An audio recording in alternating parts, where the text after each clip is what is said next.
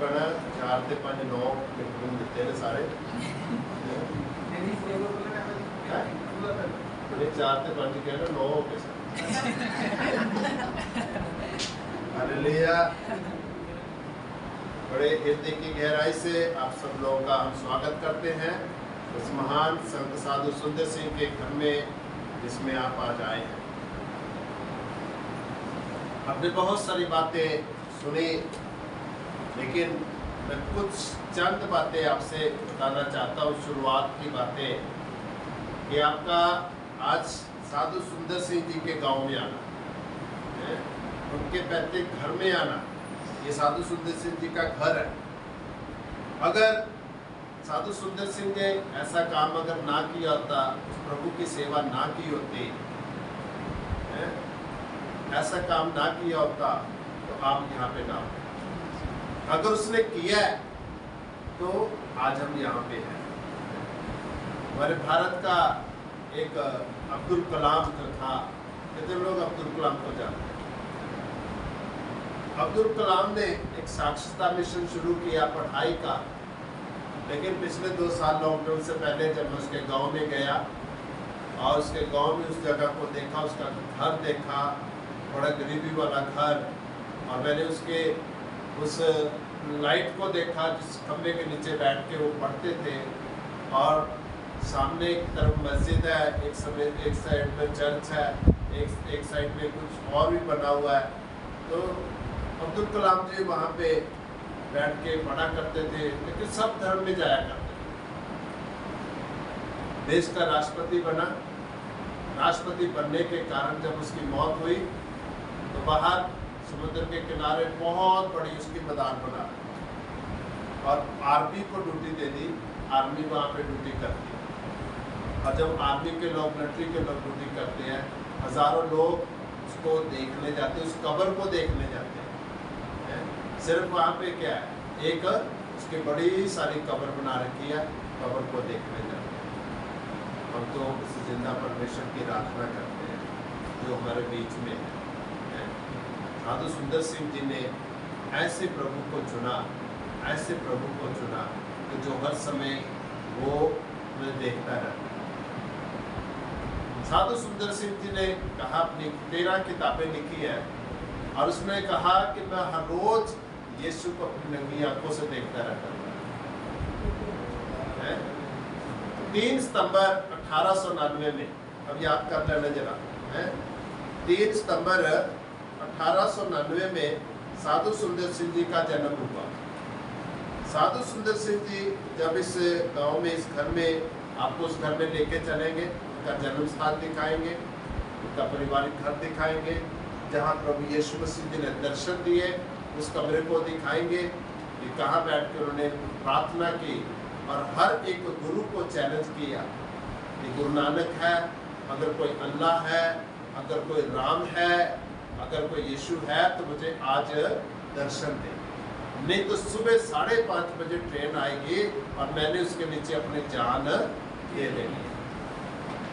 4:15 बजे प्रभु यीशु मसीह ने दर्शन दिए और उससे कहा, मार्ग, सत्य और जीवन है, जिस मार्ग पे चलेगा मैं तेरे साथ हूँ, सच्चाई के साथ चलना, जीवन मैं तुझे दूंगा। इस बड़े दर्शन को साधु सुंदर सिंह जी ने लिया। 3 सितंबर 1899 में उनका जन्म हुआ, और जब वो गांव के अंदर जब बड़े हुए, थोड़ा सा बड़े हो गए, तो गांव में कोई आद व्यक्ति, एक पासवान प्रभु का दास, लिटरेचर पर्चे बांटते थे। पहले बहुत सारे पास्टर्स लोग लिटरेचर बांटते थे, बैग लेते थे, बैग में लिटरेचर ले लेना। अभी तो बैन है, अभी तो बहुत सारी रुकावटें आ गई हैं, लेकिन पहले समय के अंदर बहुत सारे लोग, प्रभु के दास लोग पर्चे बांटते थे। और कुछ पास्टरों का नियम होता था, मैं भी अपने आप में सोचता था कि मैं आज 30 लोगों को, 20 लोगों को, 25 लोगों को आज लिटरेचर दे के आना, पढ़े चाहे ना पढ़े, लेकिन मेरा दिल खुश होता था कि मैं 25 लोगों को परमेश्वर का वचन दे दिया, या 30 लोगों को परमेश्वर का वचन दे दिया। मेरे प्रियो, गांव में रामपुर के अंदर उस समय साधु सुंदर सिंह केवल 4 साल के, 4 साल के, और गांव में बच्चे इकट्ठे होके उस लिटरेचर को पकड़ा। लेकिन साधु सुंदर सिंह जी ने भी लिटरेचर को पकड़ा और पकड़ के उसने पढ़ना शुरू कर दिया। और पढ़ा, एक बार नहीं, 2 बार नहीं, कम से कम 20 बारी पढ़ लिया उसने। उस लिटरेचर को पढ़ने के बाद उसके पीछे एक मोहर लगी हुई थी, और मोहर जो थी पास्टर जी की मोहर थी। उसने कॉपी का पेज फाड़ा, उसने कहा मैंने इस पर्चे को पढ़ लिया और मुझे और किताब भेजी जाए ताकि मैं पढ़ सकूं। उसको बहुत सारी बातें उसको अच्छी लगी। अब स्कूल जा रहा है और तीसरी क्लास पढ़ भी रहा है। वो पढ़ते पढ़ते ही उसको लगन परमेश्वर के साथ लगी, क्योंकि माँ जो थी उसकी धन कौन थी, माँ उसकी उसको कभी गुरुद्वारे में ले जाती थी, कभी साधु के पास ले जाती थी, कभी जहाँ कोई आया उसके पास लेके जाती और कहना जिसको आशीर्वाद दे, जिसको आशीर्वाद दे। आशीर्वाद उतने ढेर हो गए उसके। एक दिन गांव के अंदर ही एक पेड़ है, बरोटा है, बड़ा पेड़ है, वहाँ पे एक बाबा आके बैठ गया तो लोग कुछ ना पूछनी शुरू कर देते हैं तो पूछ के आइए। सुंदर सिंह की माँ भी सुंदर सिंह को लागी। पंजाबी बोलो ना थोड़ी सी, हिंदी इतनी समझ नहीं आती, पंजाबी आ गई। हाँ, तो साधु सुंदर सिंह की माँ जिहड़ी सीगी वो अपने पुੱਤ ਨੂੰ ਲੈ ਕੇ गई साध ਕੋਲ, ਕਹਿੰਦੀ ਇਹਨੂੰ आशीर्वाद दवो, ਇਹੋ ਜਿਹਾ आशीर्वाद दवो कि मेरा पुੱਤ कुछ ਵੱਡਾ हो के ਵੱਡਾ काम करे कोई। साध ने पूछा भाई तेरा नाम की है? आखण लगा तेरा नाम सुंदर है। वो कहता नाम तो तेरा बड़ा सोहना है, लेकिन जो देखा उन्हें कहा मेरी भैन या तो बड़ा होके पागल हो जाएगा तो या साधु बन जाएगा। वहाँ चौकी मैं तो कोई अफसर बनाना चाहती है, ये तो के अंदर ये तो पागल हो जाएगा, ये साधु बन जाएगा। तो कहते चले, साध ने क्या चलो जो माँ की मन की इच्छा ये ही कि मेरा बच्चा पागल ना होवे, साधु जरूर बन जाए। की बन जाए? साधु बन जाए। साधु बनने वाली बस माँ की इच्छा सी गया। तो स्कूल जो जाना उन्हें, तो स्कूल के एक नया नियम उसको आ गया, बाई पोस्ट डाकिया दे के गया, उन्हें नया नियम पढ़ना शुरू कर दिया। नया नियम जी किताबा जी ने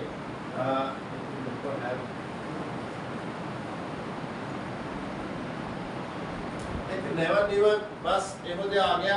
उसने पढ़ना शुरू कर दिता, रोज उन्हें पढ़ना शुरू कर दिता, रोज पढ़ना शुरू कर दिता।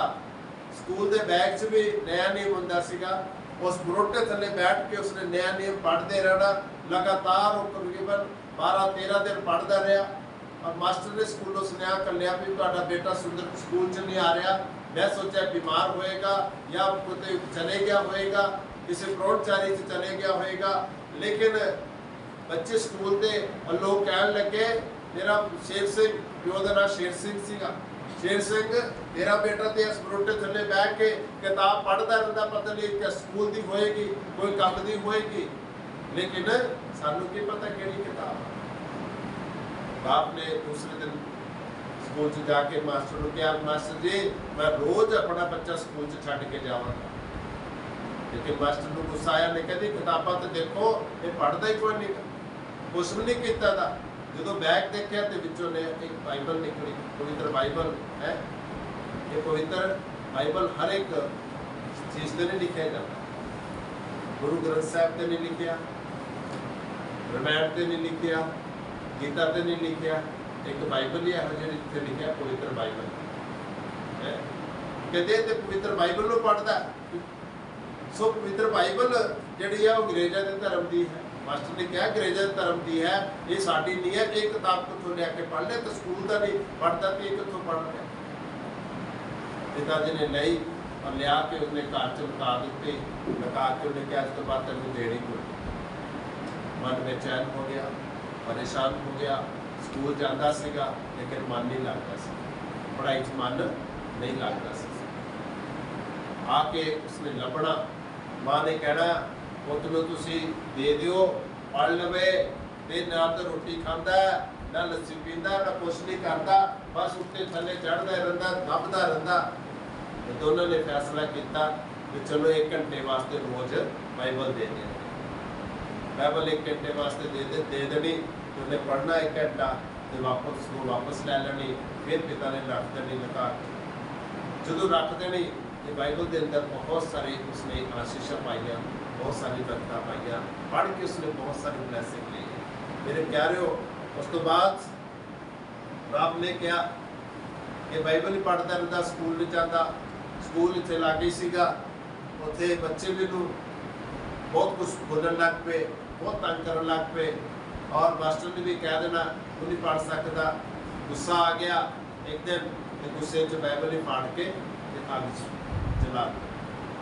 बाद फिर पछताया, बहुत पछताया, कहता भी एहो जी घटना मेरे नाल कि मैं बाइबल ही जला दी गुस्से च आके। सो घर आके बड़ा परेशान दुखी होया। बाप ने उस दिन स्कूल लुधियाने होस्टल दाखिल करा दिया, होस्टल पढ़ना शुरू कर दिता। अजे साल नहीं खत्म होया सीगा, साल भी नहीं होया सीगा, उसकी मदर की डैथ हो गई। जो दी माँ की डैथ हो गई तो माँ जो उस स्कूल च लैके आए, वापस घर लैके आए, जो वापस लैके आए तो कहता हुण मैं पढ़ना नहीं। कहता एक कोई सी माँ ही जी मैं प्यार करती सी, वो भी मर गई, तो हुण मैं की करा। नहरों पार जाके जंगल है, बैठे रहना सारा दिन, प्रार्थना करते रहना, बैठे रहना, उस परमेश्वर को याद करते रहना।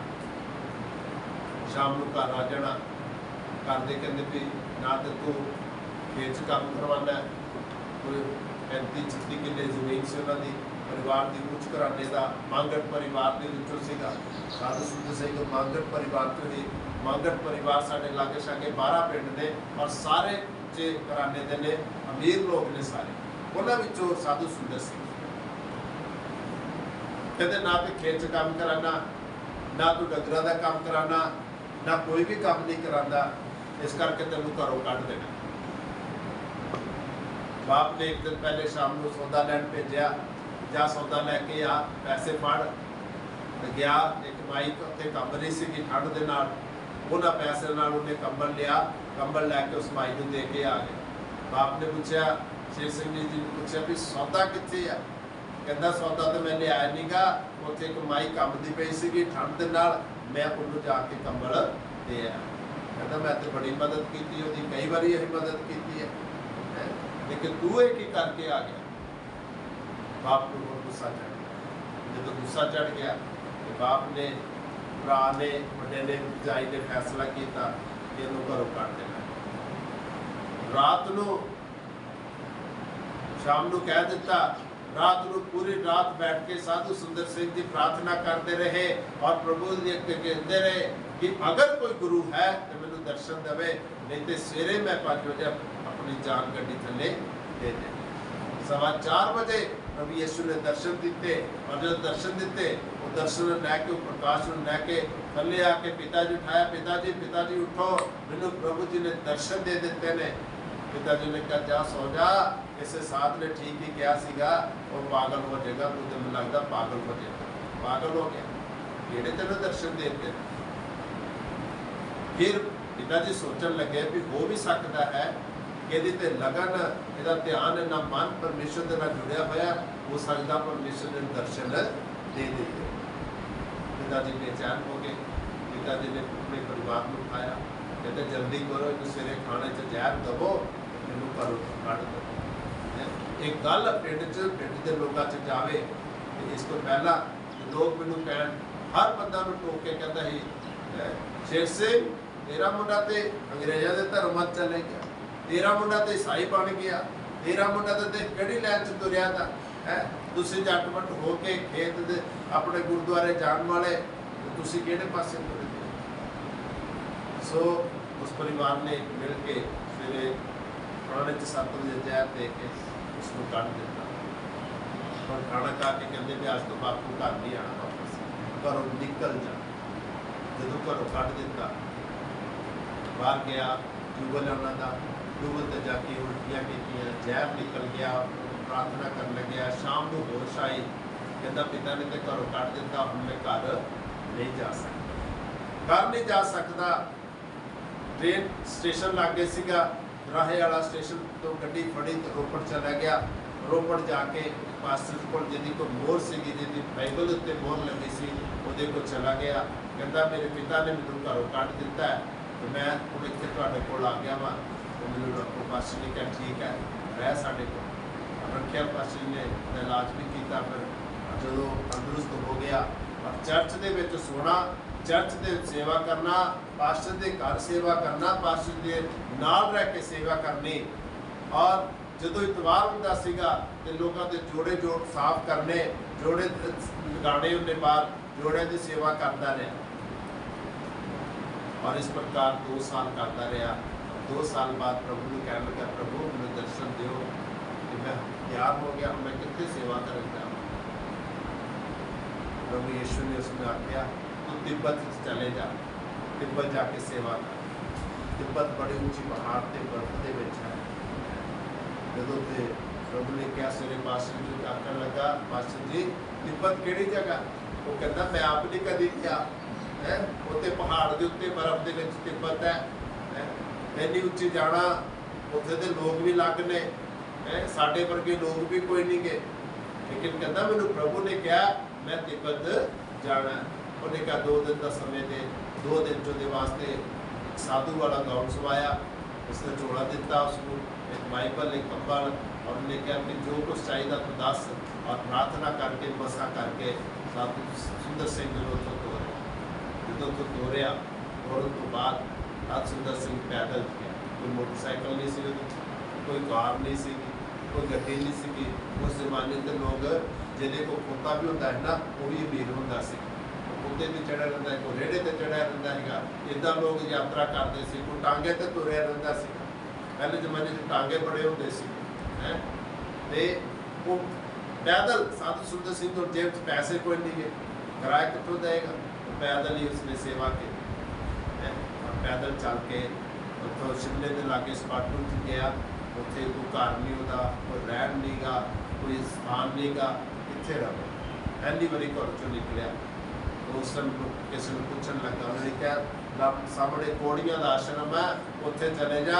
कोड़ियां के आश्रम तेन रोटी भी मिल जाएगी, तेन सौण लई मंजा भी मिल जाएगा, तेन कमरा भी मिल जाएगा। हालेलुया, नींद नहीं आ गई? Hallelujah, hallelujah. सो साधु सुंदर सिंह जी कोड़ियां के आश्रम चले गए।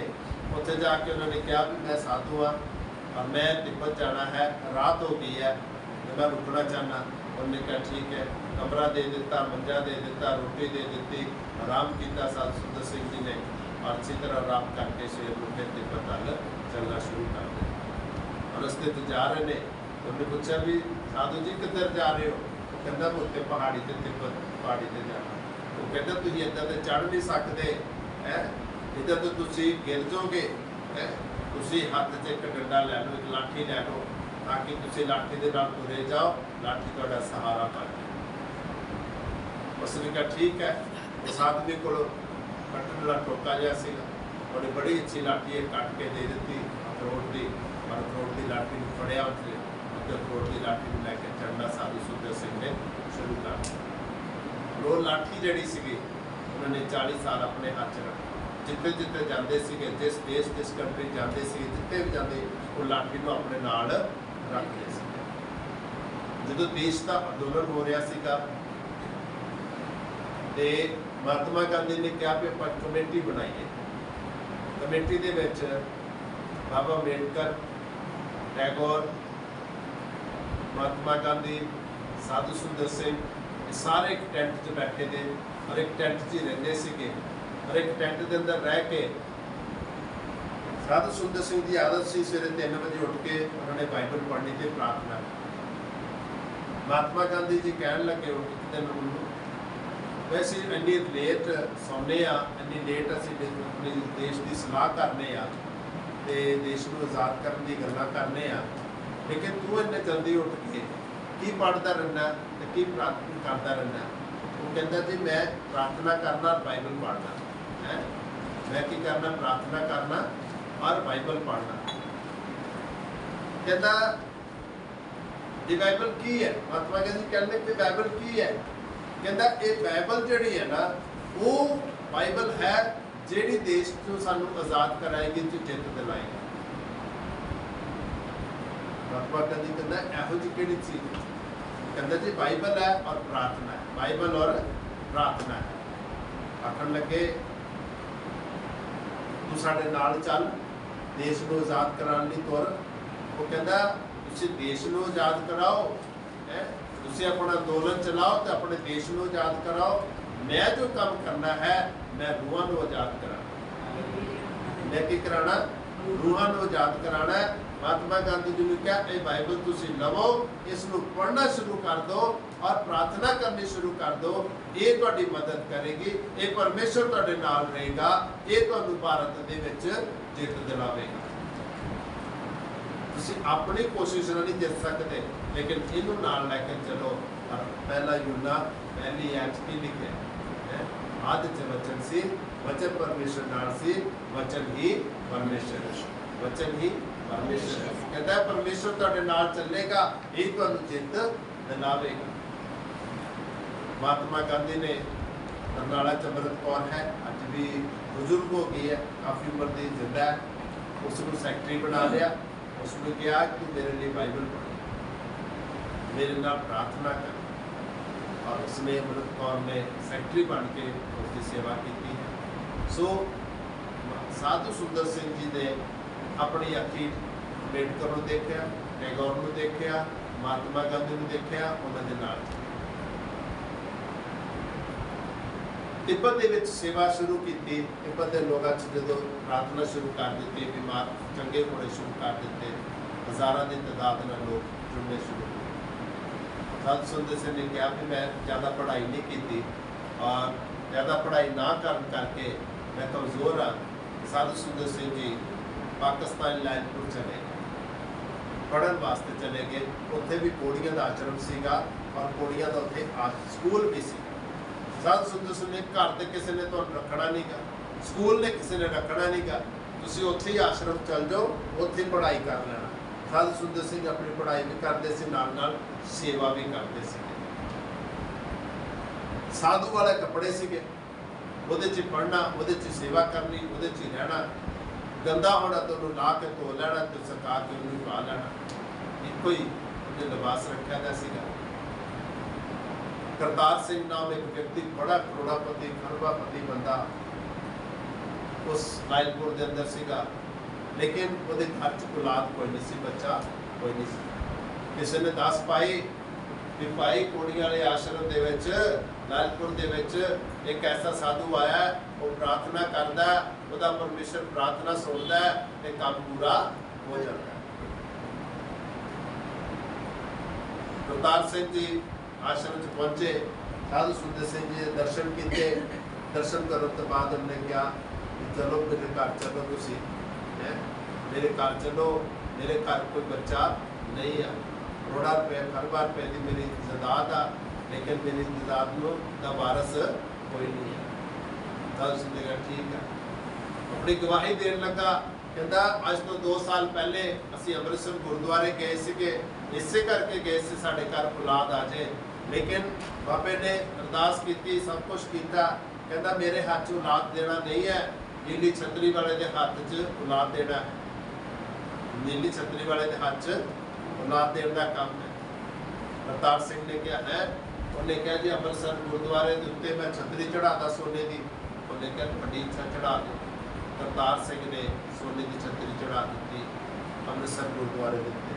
अज भी तुसी अगर अमृतसर जाओ कभी, जिथे बेरी का बूटा वो नाल ही कमरा है, और कमरे के नाल ही करके अंदर स्कैन की फोटो लगी तो एक बड़ी सारी लिखा है कि करतार सिंह ने सोने की छतरी चढ़ाई, किहड़े सच चढ़ाई, किहड़े दिन चढ़ाई, लिखा है।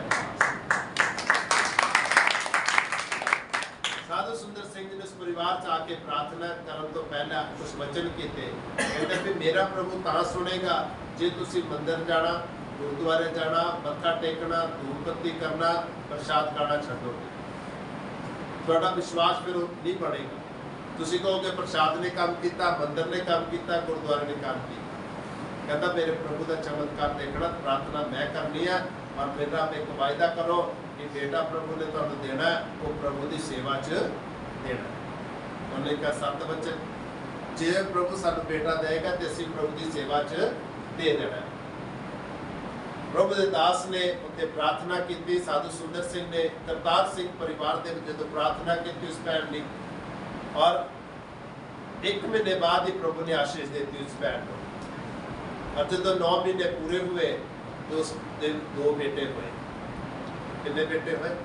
2 बेटे। 2 बेटे जो हुए तो 40 दिन जो पूरे है तो साधु सुंदर सिंह उत्थे ही पढ़ रहे थे। 40वें दिन प्रभु करतार सिंह जी उसको लैके आए, कहते जी प्रभु ने तुहाडी प्रार्थना सुन ली, और देखो 2 पुत्र कहे सीगे तो दोवें प्रभु ने सानू दिते ने, और दोवें उहदी झोली च पाते। साधु सुंदर सिंह जी लगे कि किहड़ा प्रभु की सेवा च लैणा है। दो साधु सुंदर सिंह ने दोनों के हथ थैलियां देखियां। उन्हें कहा जी आ बेटा पहले जम्मिया ते आ 5 मिनट बाद पैदा होया। छोटे बड़े का भी फर्क दसदी भी किहड़ा सीगा। कहता बड़ा जिहड़ा आया पहले आया उसका नाम किशन सिंह सीगा। किशन सिंह के हाथ दे विच क्रॉस के निशान सीगे। क्योंकि ये प्रार्थना के नाल बच्चा होया, रब ने अपना निशान दे के घल्लिया, परमेश्वर ने अपना निशान दे के घल्लिया। हाथ की लीका जिहड़ियां सी क्रॉस बनिया होया सी। दुआ सुनी गई, किशन सिंह ने बड़ा विश्वास किया। उस घर च फिर 10 बच्चे हुए। आखिरी सिस्टर शांता कौर हुई। आखिरी शांता कौर हुई। 8 भैन भरा विचले जिहड़े से अमेरिका कनेडा इंग्लैंड सारे सैटल हो गए। और किशन सिंह और शांता कौर 2 भैन भरावां ने सेवा की। जो सेवा की तो सेवा तो बाद चाचे को मरण तो पहला करतार सिंह उसकी पत्नी चाचे को कह गए कि जिन्नी इन्हों का हिस्सा है किशन सिंह का शांता कौर का इन्हों दे देना। चाचे के मन च थोड़ा कपट आ गया, थोड़ा लालच आ गया मन च। उन्हें कहा दोवां नूं मरा दो, दोवां का किहड़ा ब्याह होया है, मरा के ते इन्हां दी जायदाद इन्हां दी प्रॉपर्टी जिहड़ी मैं हासिल कर लांगा। इस हासिल करने वास्ते उन्हें चाचे ने रात को मुंडे कल्ले घर च, दोवें भैन भरा प्रार्थना कर रहे थे। और जो प्रार्थना कर रहे थे तो रात के समय घोड़िया से गश्त होंगी सी पुलिस, और कुदरती वो गश्त जी उन्होंने घर के आगे आ गई। तो उन्हें सोचा शायद पुलिस बुला ली है। मुंडे बदमाश जोड़े थे वो घरों जो दौड़ गए, और दौड़ गए तो साधु किशन सिंह ने उसकी भैन को कहा तुम उठो तो हुणे किते जाके लुक जाओ या छिप जाओ या चले जाओ, क्योंकि तुहाडे उत्ते मुंडे आ चुके हैं, तुहानू कभी भी मार सकते हैं। पुलिस ने उन्हें घरों चुकाया, छुड़ा दिता, स्टेशन चले गए। और स्टेशन जाके प्रभु ने एक बंदा खड़ा किया, किशन सिंह टिकट आसाम दियां ने, गड्डी आसाम की खड़ी सी, भैन भरावां दी टिकट आसाम ट्रेन च बैठे और आसाम चले गए। आसाम च जाके साधु किशन सिंह उनकी भैन शांता कौर ने सेवा की।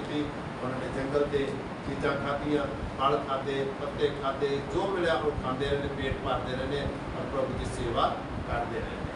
और प्रभु सेवा करके अज प्रभु के भाई किशन सिंह जी भी प्रभु के दास और भैन शांता कौर दोनों सो गए हैं प्रभु के। लेकिन साधु सुंदर सिंह जी जोड़े ने इस धरती तो 1929 के अलोप हो गए। सेवा के दौरान साधु सुंदर सिंह जी और बहुत सारे लोग उन्होंने फैन से, बहुत सारे लोग उन्होंने जानते थे। और जितों लगना बाबा जी आशीर्वाद दो, साधु जी आशीर्वाद दे दो। और जो वापिस वो शिमला तो तिब्बत जा रहे थे और जाते समय 40 साल उन्हें सेवा की। और जो जा रहे थे धरती पे एकदम बदल आए ने और बदलों के अलोप हो गए। कुछ लोगों ने उन्होंने जाते देखा, उठते देखा है।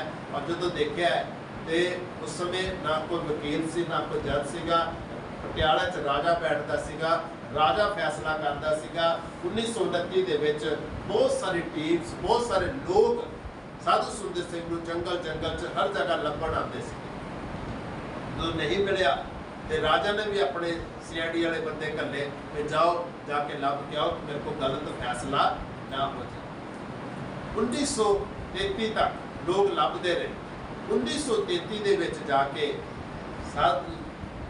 जड़ा राजा सीगा उसने फैसला दिता कि साधु सुंदर सिंह जड़ा इस धरती तो अलोप हो गया। अलोप होने करके अज इतिहासिक घर जड़ा है ये बन गया।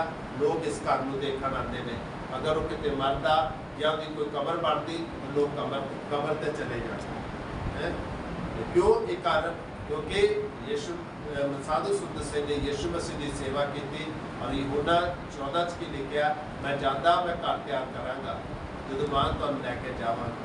साधु सुंदर सिंह जी ने अपने परिवार को अपने लोगों को छड्डिया। पढ़ लो जरा उत्पत्ति 12 अध्याय की पहली 3 है। बस मेरा समय हो गया, 8-7 मिनट हो गए, 2 मिनट रहे। उत्पत्ति 12 3 रहता बस।